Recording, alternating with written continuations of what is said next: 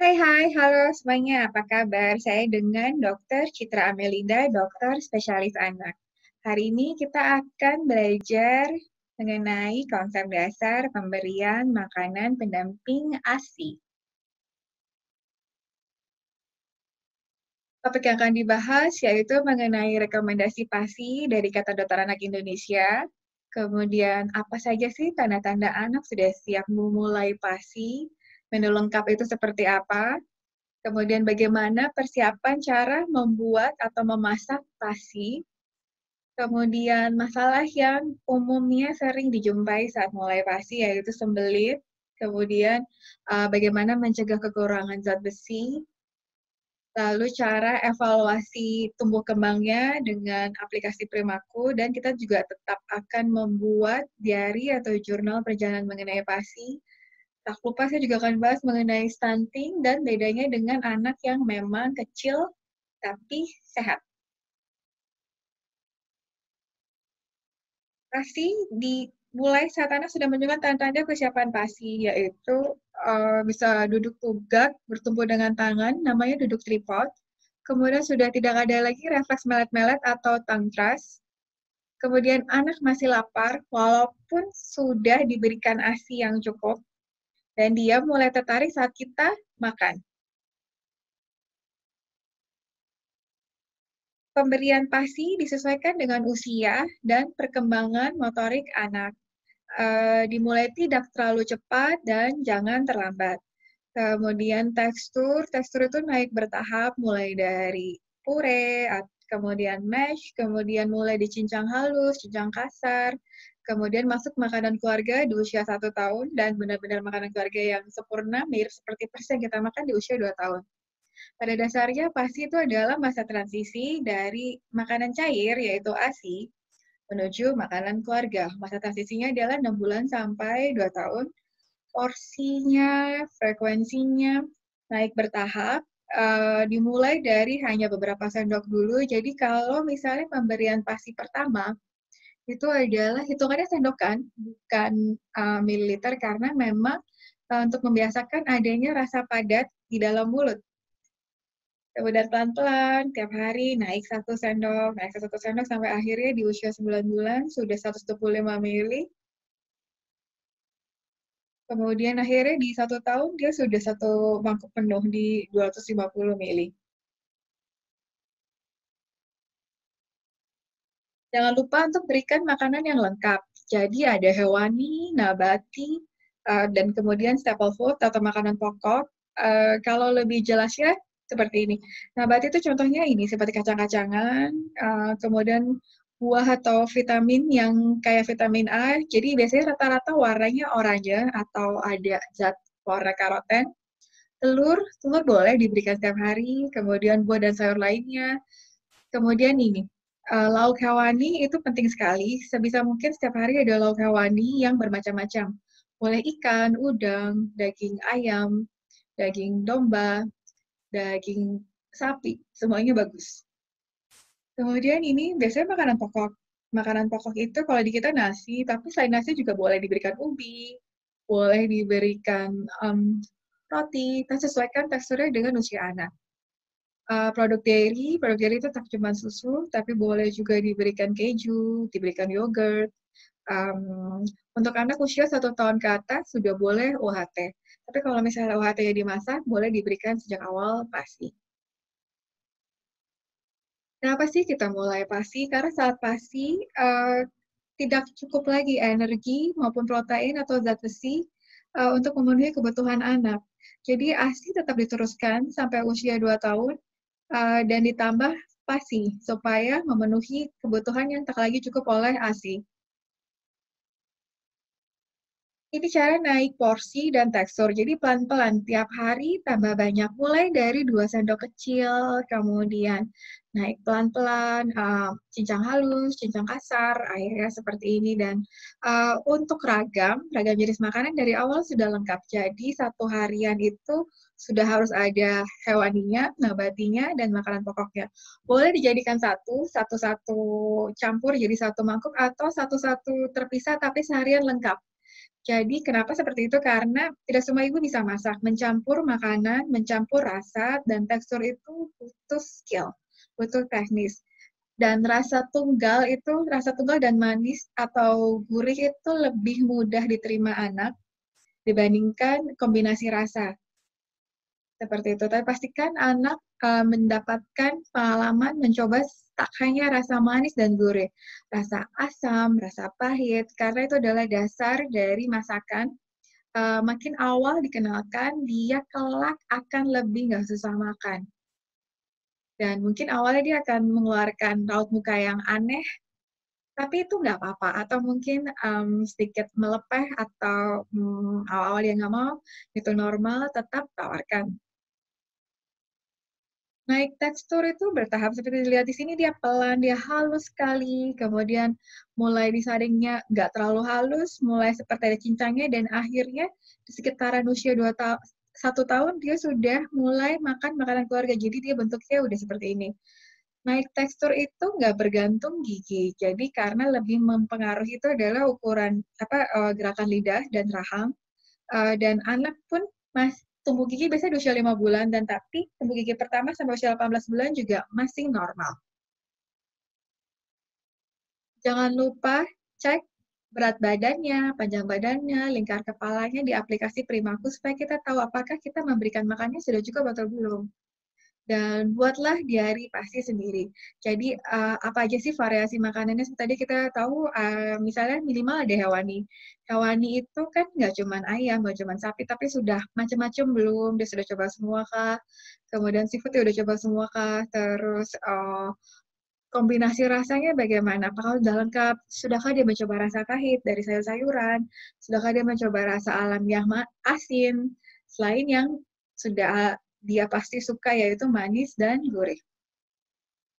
Dan kita lihat apakah diberikan makanan tertentu ada reaksi nggak, alergi, atau misalnya merah-merah, atau dia muntah, atau malah dia jadi diare atau sembelit.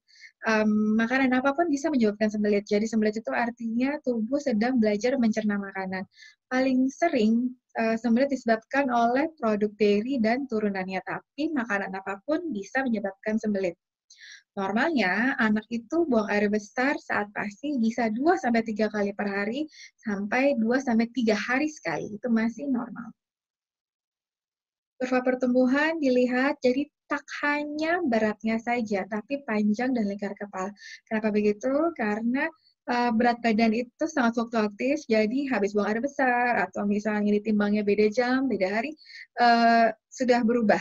Tapi kalau misalnya tinggi itu tidak mudah berubah, karena anak tidak mungkin bertambah pendek. Yang ada adalah dia berhenti tumbuh atau pertumbuhannya melambat, dia nggak tinggi-tinggi, sehingga akhirnya kesusul sama anak-anak lain, disebut juga stunting atau mandek. Wasting itu adalah jika anak tampak kurus dibandingkan dengan tingginya. Alat masak bebas, boleh apa saja. Jadi ada ibu yang suka memakai slow cooker, kemudian pakai saringan, kemudian ada yang di blender atau beli baby food maker. Ini cukup mahal, dan mungkin kita hanya pakai 6 bulan, tapi semuanya bebas. Tidak masalah caranya, tidak masalah alat masaknya seperti apa. Yang penting kita dapat tekstur yang sesuai dengan usia anak. Sebenarnya proses masak apa sih yang paling bagus? Jadi setiap memasak itu sudah pasti gizi ada yang hilang. Apapun caranya. Oleh karena itu komunikasikanlah berbagai macam cara memasak. Bisa direbus, dibakar pakai daun, kemudian di oven, dipanggang, dan sebagainya. Makin beragam, makin bagus. Jadi kalau misalnya selama proses masak, yang paling sering hilang adalah kalau yang kita melarut air, misalnya vitamin C, vitamin B kompleks, itu misalnya kalau rebus-rebusan, kalau bisa sebisa mungkin air rebusannya jangan dibuang, dijadikan kaldu. Biarpun merebus sayur, rebusan sayurnya juga jangan dibuang, itu bisa jadi kaldu sayur, bisa jadi campuran pasi.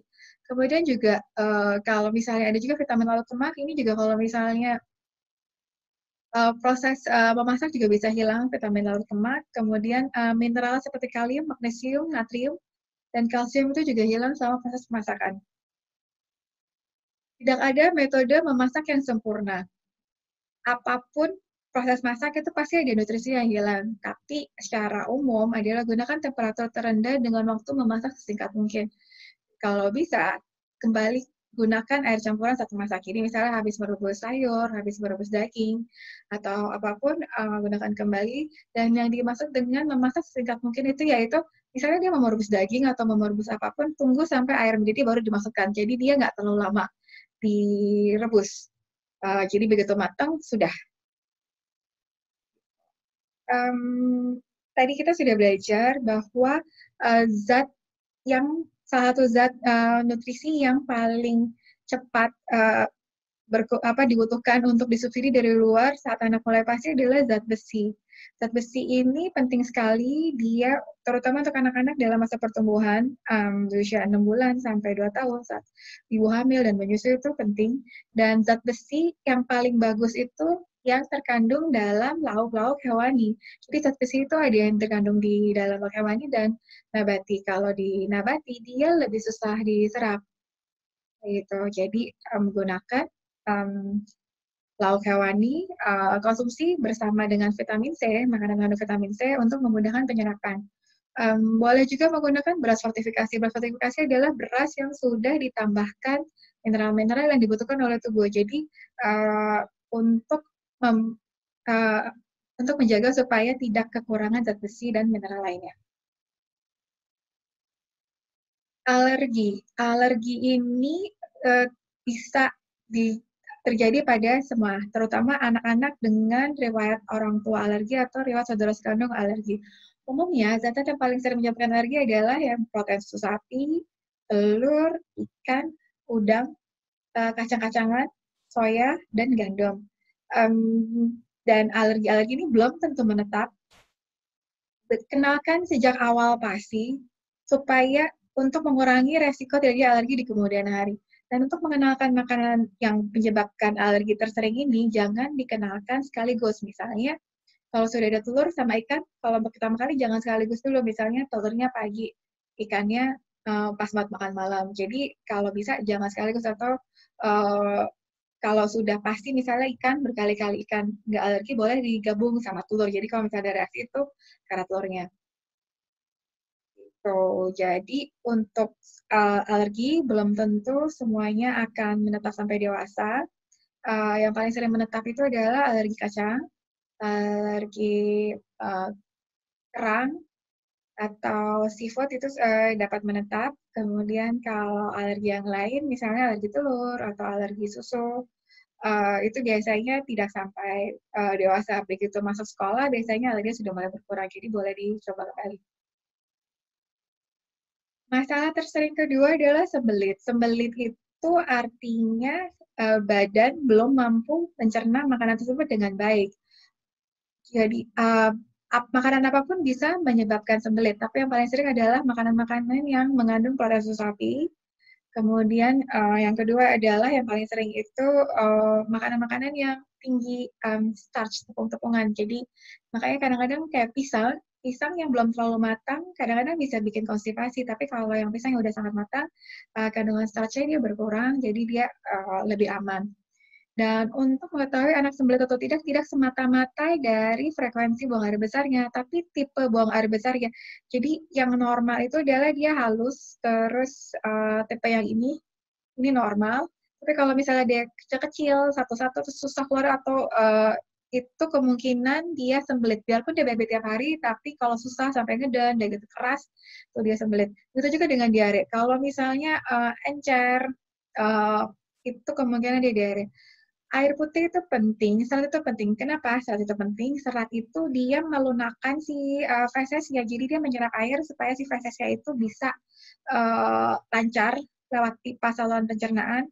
Yang kedua, dia bisa memadatkan si feses, jadi dia mudah. Kalau misalnya fesesnya padat, dia merangsang si usus bawah, si rektum untuk membuang si feses. Air putih penting. ASI adalah air susu ibu. Jadi kalau misalnya anaknya masih ASI, berikan ASI sebanyak-banyaknya, semau bayi.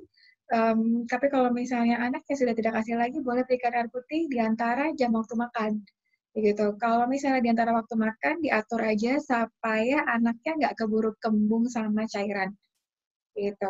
Kira-kira ini kebutuhannya seperti ini, tapi tiap anak tidak sama. Di mana dia tinggal, misalnya di daerah yang panas, kemungkinan dia butuh asupan cairan lebih banyak.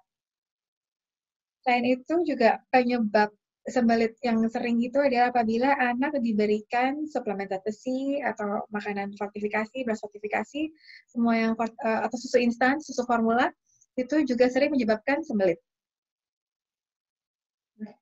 Masalah yang lainnya yang sering kita jumpai adalah GTM atau nggak mau makan. Jadi, makan itu tidak hanya sekedar asupan nutrisi, tapi merupakan satu interaksi.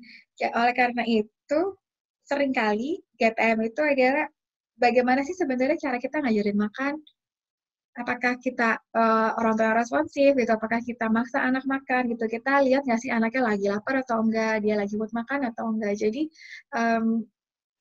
penting untuk respons, yaitu orang tua belajar memahami kebutuhan anak, kapan si anak lapar atau kenyang, dan kapan orang tua harus tegas yang mana dan dia bisa rileks, dan nggak semua anak itu sama dan makan adalah seni. Jangan dibanding-bandingkan. Tipsnya untuk mencegah anak GTM adalah buat jadwal makan yang menyesuaikan kebutuhan makan, tidur, dan bermain. Itu hal satu paket. Jadi, jangan buat jadwal makan saja, tapi langsung buat jadwal makan, tidur, bermain. Caranya gimana? Perhatikan, anak ini lagi mau main atau tidak, atau dia lagi moodnya tidur atau enggak. Kalau ngantuk, itu nggak usah dibangunkan untuk makan, itu nggak ada gunanya. Atau misalnya anak lagi pengen main, terus kita suruh makan, padahal dia nggak lapar, itu juga nggak ada gunanya. Jadi, kita tuh fungsinya dia sebagai coach, kita maksimalkan anak lagi dalam fase yang mana.